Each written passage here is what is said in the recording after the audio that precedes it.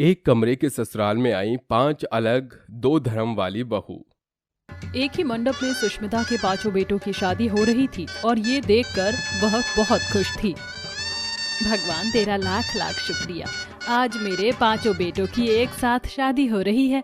पहले तो ये शादी करने के लिए तैयार नहीं थे, लेकिन अब इनके चेहरे की खुशी देखकर मुझे भी यकीन हो गया है कि मेरे बच्चों की शादी फल जाएगी। विवाह संपन्न हुआ, 5 वर वधू अपनी माता का आशीर्वाद ले लीजिए। ये सुनते ही सुष्मिता के 5 बहू बेटे उसका आशीर्वाद ले लेते हैं। विदाई होने के कुछ देर बाद 5 बहू ससुराल आ जाती हैं, जहां सुष्मिता उनका गृह प्रवेश करने के बाद कहती है, बहू हमारा ये एक ही घर है जो कि एक कमरे का है, यहाँ 5 कमरे नहीं है, तो तुम 5 बहुओं को ऐसे ही एडजस्ट करना पड़ेगा। तुम्हारे अलग अलग बिस्तर उस तरफ हैं, जाओ आराम कर लो। जी माँ जी। सुष्मिता की बात सुन 5 बहू घूंघट में ही अपने बिस्तर पर चली जाती हैं। सब सो जाते हैं। अगले दिन 5 बहू जो कि 5 धर्म वाली थी, अपने अंदाज में आकर 5 पूजा कर रही थी। बड़ी बहू शेफाली और दूसरी भोजपुरी बहू निमकी शिव जी की पूजा कर रही थी, तो वहीं तीसरी बहू जोया नमाज पढ़ रही थी। चौथी बहू मद्रासन मिहिका जो मुर्गन की पूजा कर रही थी, वहीं 5वीं बहू ग्रेस जो जीसस की प्रार्थना कर रही थी। Dear God Jesus, I am so thankful that you are my God. You saved me. Jesus Christ, Hallelujah. आमीन, आमीन, आमीन। आवाज सुनकर सुष्मिता की आंख खुल जाती है और वो अपनी 5 बहू को अलग अलग पूजा करते हुए देख हक्की बक्की रह जाती और कहती है, अरे ये तुम 5 क्या कर रही हो? तुम अलग अलग धर्म से हो।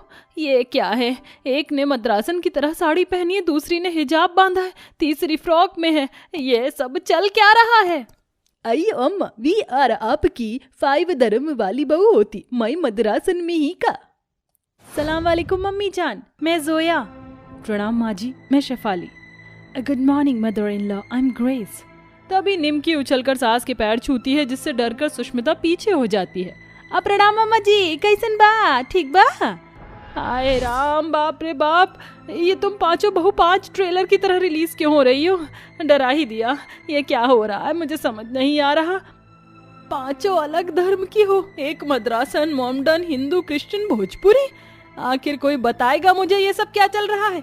मेरे बेटों की शादी तो मंडप में हिंदू लड़कियों से हुई थी। तभी सुष्मिता के 5 बेटे बोलते हैं, माँ ये आपकी बहुएं हैं। दरअसल जिन लड़कियों से आप हमारी शादी करवाने वाली थी वो हमें पसंद नहीं थी। हमारी अपनी पसंद से हमने शादी कर ली। इन लड़कियों के सामने हमने हाथ पैर जोड़े और वापस भेज दिया। हाँ माँ, आप हमारी कभी बात नहीं मानती, इसलिए हमने सबके सामने आपके आशीर्वाद से और अपनी पसंद की लड़कियों से शादी कर ली। इससे आपकी बात भी रह गई और हमारी भी। मेरे साथ इतना बड़ा धोखा, मैं इन 5 को कभी अपनी बहू नहीं मानूंगी। माँ एक बार आप मौका तो देकर दीजिए, 5 बहू आपको निराश नहीं करेंगी। अरे क्या मौका दूं कि ये मेरे एक कमरे की उसी रसोई में मीट मच्छी पकाएंगी और ये मुस्लिम, क्रिश्चियन और भोजपुरी बहू ये सब तो मांसाहारी खाते हैं और यही बनाकर मेरे घर को अशुद्ध भी कर देंगी।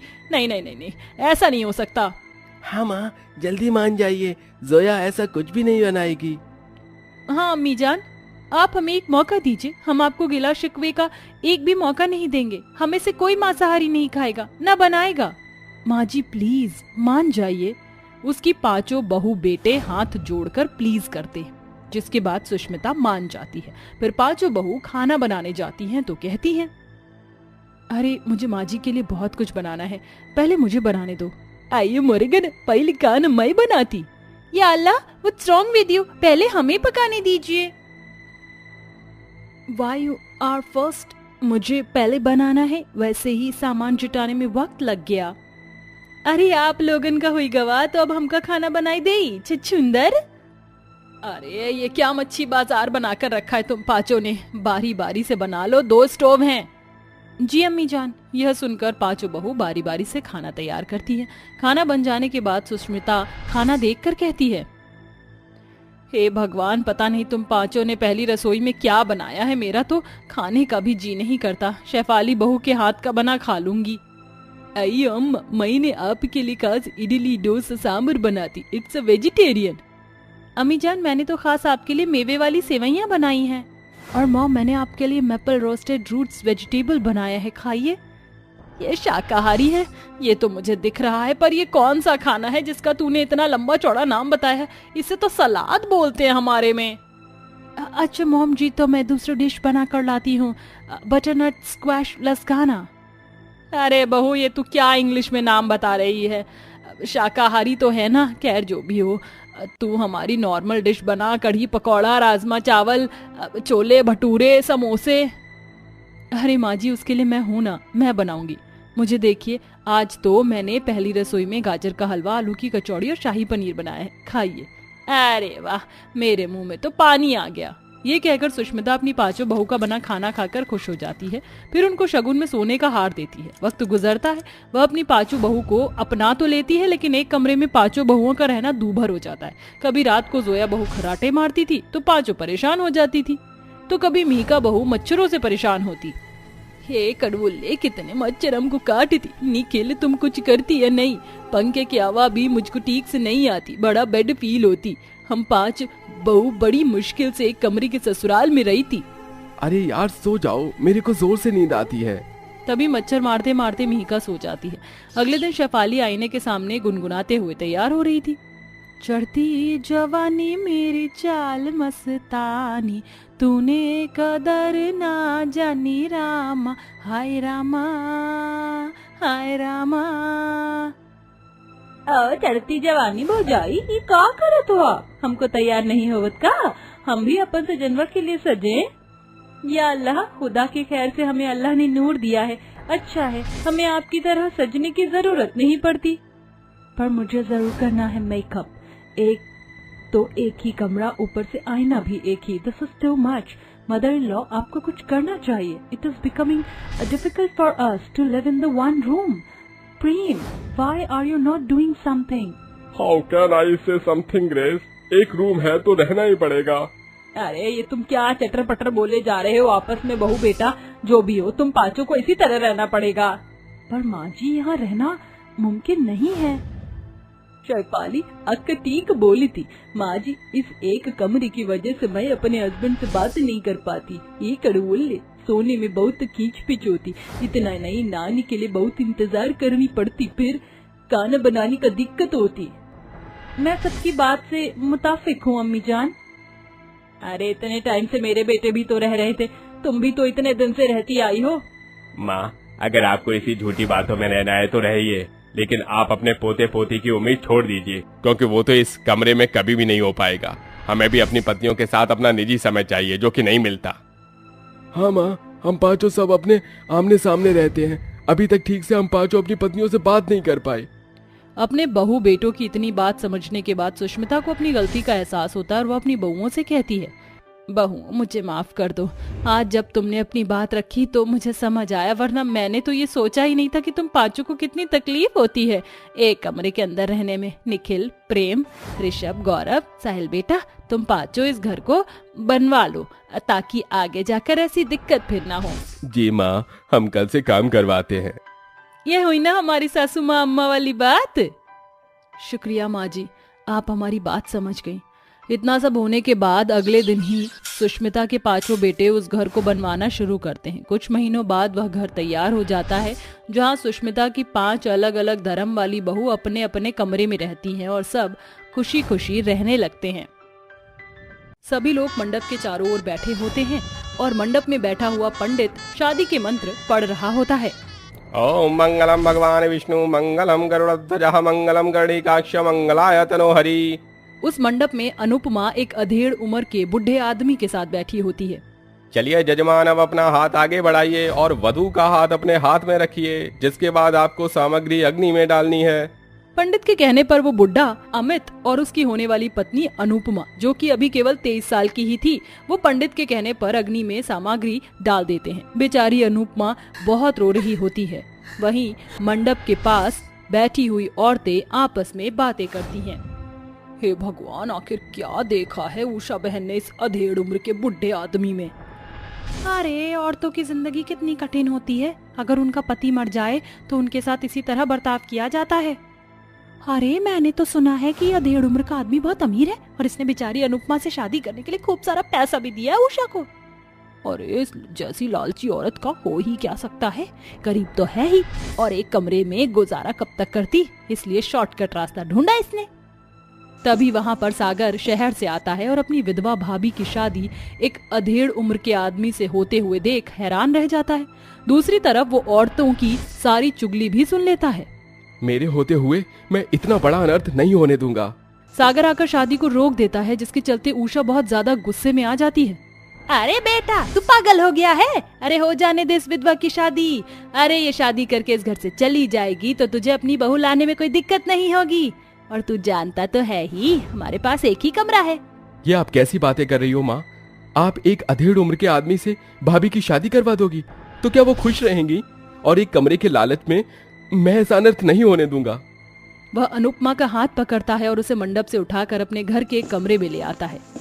ये शादी आपकी मर्जी के खिलाफ हो रही है, ये मैं जानता हूँ। आपको ये शादी जबरदस्ती करने की कोई जरूरत नहीं है। अनुपमा की आंखों में आंसू होते हैं और वो हाथ जोड़कर सागर से कहती है, तुम्हारा बहुत बहुत शुक्रिया देवर जी, आज अगर तुम न होते तो पता नहीं कैसा अनर्थ हो जाता।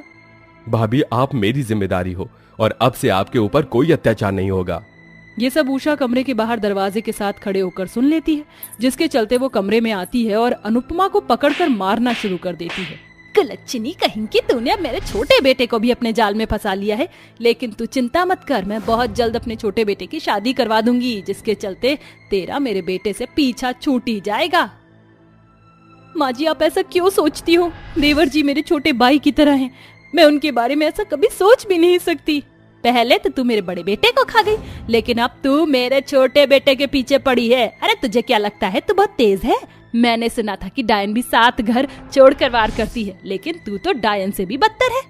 उषा की जली कुटी बातें सुनकर बेचारी अनुपमा रोने लगती है। तभी सागर अपनी माँ का मूड ठीक करने के लिए उन्हें घर से बाहर ले जाता है। कुछ ही देर में अमित कमरे में आ जाता है। तुम यहाँ क्या कर रही हो? चलो, आज हमारी शादी है, हमें शादी करनी है। मेरा हाथ छोड़िए, मैं आपसे शादी नहीं कर सकती, अपनी उम्र तो देखिए। अरे क्यों अपनी जिंदगी बर्बाद करने पर तुली हुई हो? इस एक कमरे के ससुराल में तुम्हारा क्या ही गुजारा होगा। मेरे साथ चलो, मेरा खुद का बहुत बड़ा फार्म हाउस है। अरे हमारी सुहागरात के लिए बहुत अच्छा है। तभी वहाँ पीछे से सागर आता है और उस बूढ़े का कॉलर पकड़कर उसके मुंह पर एक मुक्का मारता है। अगर एक शब्द और तूने अपने मुंह से निकाला तो मुझसे बुरा कोई नहीं होगा। जा, चला जा यहाँ से। सागर के इस बर्ताव से अमित वहाँ से चला जाता है और शादी कैंसिल हो जाती है। उस दिन के बाद से उषा अपनी विधवा बहू के ऊपर और भी ज्यादा अत्याचार करने लगती है। ये जिंदगी इतनी कठिन क्यों हो गई है? इससे अच्छा तो मैं मर ही जाऊं। अनुपमा अपने कमरे में फांसी लगाने की कोशिश करती है, लेकिन सागर उसे बचा लेता है। आप ऐसा कर भी कैसे सकती हो? एक तो पहले ही मैं इतना परेशान हूँ, ऊपर से आप भी। सागर, मुझे माफ कर दो। क्या हुआ? तुम परेशान क्यों हो? क्या बताऊं भाभी जी, मैं एक लड़की से बहुत प्यार करता हूँ, लेकिन उसके फैमिली लव मैरिज के खिलाफ है। अपने प्यार के बिना रहने पर जो हालत होती है मैं अच्छे से जानती हूँ, इसलिए अपने प्यार को किसी और के लिए मत छोड़ना। ऐसा कहकर अनुपमा वहाँ से चली जाती है। अगले ही दिन सागर अपने घर पर अपने दोस्त अजय को बुला लेता है। अजय मेरे दोस्त, अच्छा हुआ तुम आ गए, मुझे तुमसे बहुत जरूरी बात करनी है। अरे जिगरी यार ने मुझे बुलाया है तो आना तो पड़ता ही। तभी अनुपमा 2 ग्लास में पानी लाकर अजय और सागर को देती है। अजय जब अनुपमा को देखता है तो वो उसे देखता ही रह जाता है और उसे पहली नजर में ही अनुपमा से प्यार हो जाता है। अनुपमा के जाने के बाद सागर अपनी सारी परेशानी अपने जिगरी दोस्त अजय को बताता है। मेरे पास एक बहुत अच्छा प्लान है, अगर तू तैयार है तो। अपनी दृष्टि से शादी करने के लिए मैं कुछ भी कर सकता हूँ। अजय सागर को अपना प्लान बताता है, जिसके बाद वो दोनों दृष्टि को अगवा करके अपने साथ एक मंदिर में ले जाते हैं, जहाँ अजय दृष्टि और सागर की शादी करवा देता है। तुम दोनों की शादी तो हो गई, लेकिन अब मेरा क्या? तुम्हारे कहने का मतलब क्या है? मैं समझा नहीं। मैं जानता हूँ कि तुम्हें ये सुनकर कैसा लगेगा और तुम इस बात का क्या रिएक्ट करोगे। देखो, मुझे तुम्हारी भाभी बहुत पसंद है। तुम्हारे भैया के जाने के बाद वो बेचारी अकेली हो गई हैं। क्यों ना मैं उनसे शादी कर लूं? ये सुनकर सागर बहुत खुश होता है। अरे यार, क्यों नहीं, तू मेरे बड़े भाई जैसा है और फिर मैं जानता हूँ कि तू मेरी भाभी को बहुत खुश रखेगा। हम दोनों की शादी तो हो गई है, अब हम तुम दोनों की शादी करवाएंगे। सागर अपनी पत्नी दृष्टि को अपने घर ले आता है, जिसके बाद वह अपनी माँ को दृष्टि के बारे में बताता है। वहीं वह अपनी माँ को अपनी भाभी अनुपमा और अजय की शादी के लिए कहता है। बेटा तूने सोचा है तो कुछ अच्छा ही सोचा होगा। जिंदगी भर मैं उसके ऊपर अत्याचार ही करती रही। मुझे उसके ऊपर जुल्म नहीं करने चाहिए थे। तू उसकी शादी अजय से करवा दे, मुझे इसमें कोई आपत्ति नहीं है। सागर अपनी विधवा भाभी की शादी अजय से करवा देता है, जिसके बाद वो एक कमरे के बीचों बीच एक बड़ा सा पर्दा टांग देता है और एक तरफ सागर और दृष्टि का बिस्तर लगा होता है और तो दूसरी तरफ अजय और अनुपमा का बिस्तर लगा होता है। अजय आज हमारी सुहागरात है, लेकिन बगल में ही जेठ जी और जेठानी जी अपनी सुहागरात बनाएंगे। हाँ हाँ, इसमें कौन सी बड़ी बात है। बड़ी बात तो है ही, हम जो भी करेंगे उन्हें पता चल जाएगा।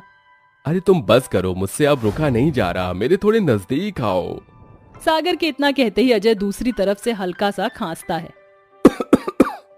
अरे ऐसे तो इस कमरे में हमारी सुहागरात होने से रही। एक काम करते हैं, मैं और अनुपमा थोड़ी देर बाहर टहलने के लिए चले जाते हैं, तब तक तुम अपनी सुहागरात बनाओ और जब हम आ जाएंगे तो तुम थोड़ी देर बाहर चले जाना। हम दोनों अपनी सुहागरात बना लेंगे।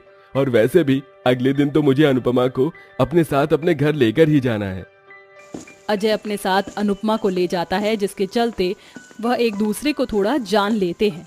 वहीं कुछ देर बाद वह वापस आ जाते हैं तो सागर और दृष्टि बाहर चले जाते हैं। इस प्रकार उनके एक कमरे में सुहागरात होती है और अगले दिन अजय अपने साथ अनुपमा को अपने घर ले जाता है। इसके बाद वह दोनों अपनी जिंदगी में खुशी खुशी रहने लगते हैं।